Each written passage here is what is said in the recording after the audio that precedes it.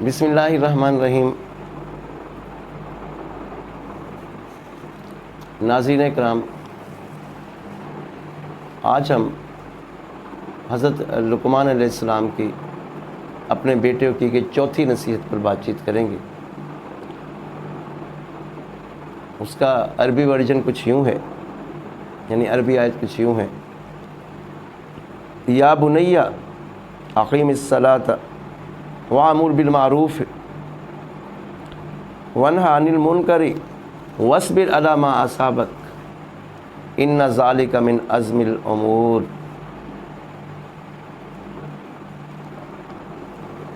اگر اس کو ہم انگلش ورژن کے لحاظ سے دیکھیں: oh my dear son, establish worship, enjoin kindness, and forbid iniquity, and persevere whatever may befall thee. Lo, that is of the steadfast heart of things.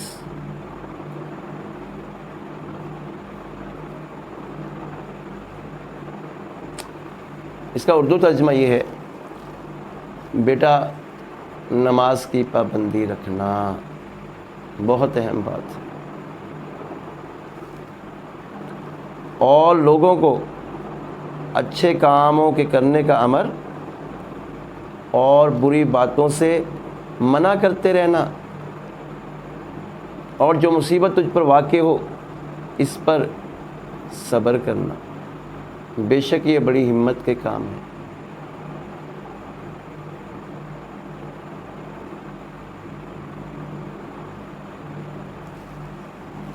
اس آیت میں 4 باتیں ہیں جو بہت اہم ہیں۔ پہلی بات، نماز قائم کریں۔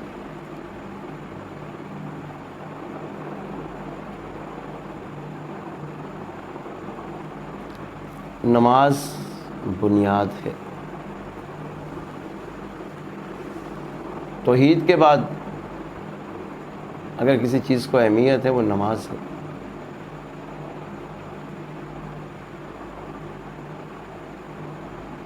یعنی لا الہ الا اللہ محمد رسول اللہ، اس کے بعد اگر کسی چیز کو اہمیت ہے تو وہ نماز ہے۔ وائے متا کارواں جاتا رہا، کارواں کے دل سے احساس ضیاع جاتا رہا۔ دکھ کی بات ہے بہت۔ ہمارے ہاں معاشرے کے ایک بڑی تعداد بے نمازی ہے، اور جو نماز پڑھنے والے ہیں،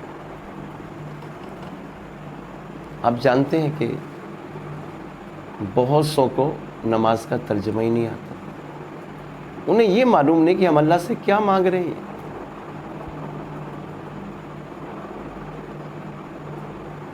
نماز قائم کرنا یہ نہیں ہے کہ آپ جائیں اور 10 منٹ میں مسجد میں نماز پڑھ کے آ جائیں، 5 منٹ، لیکن کم از کم اتنا تو پتہ ہونا چاہیے کہ اپنے رب سے کیا مانگ رہے ہیں، ہم اپنے رب سے کیا چاہ رہے ہیں۔ ٹھیک ہے، اس کی بندگی کر رہے ہیں، لیکن صحیح نماز پڑھیں۔ صرف نماز پڑھنا ہی کافی نہیں ہے، امر بالمعروف و نہی عن المنکر بھی ہے۔ ایک جگہ اور ارشاد باری تعالیٰ ہے: کنتم خیر امۃ اخرجت للناس تأمرون بالمعروف وتنہون عن المنکر، کہ تم بہترین امت ہو۔ یہ ہماری امت محمدیہ کی بات ہو رہی ہے۔ بہترین امت ہو، بھیجے گئے ہو۔ کس لیے بھیجے گئے یا اللہ؟ کہ اچھائی کا حکم کرو اور بری باتوں سے منع کرو۔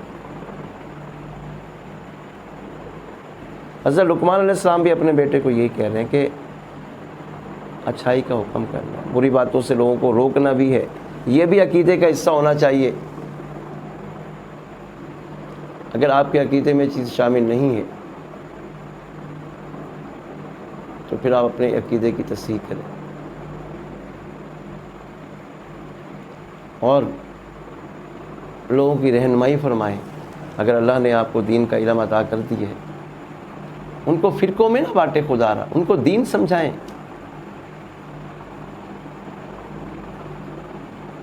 وَاعْتَصِمُوا بِحَبْلِ اللَّهِ جَمِيعًا وَلَا تَفَرَّقُوا، ان کو بتائیں کہ اللہ کی رسی کو کیسے مضبوطی سے تھامنا ہے، کیسے قرآن کی تعلیمات پر عمل کرنا ہے، ان کو بانٹے مت۔ اور آگے اس آیت میں ہے کہ کوئی مصیبت آئے تو صبر کر،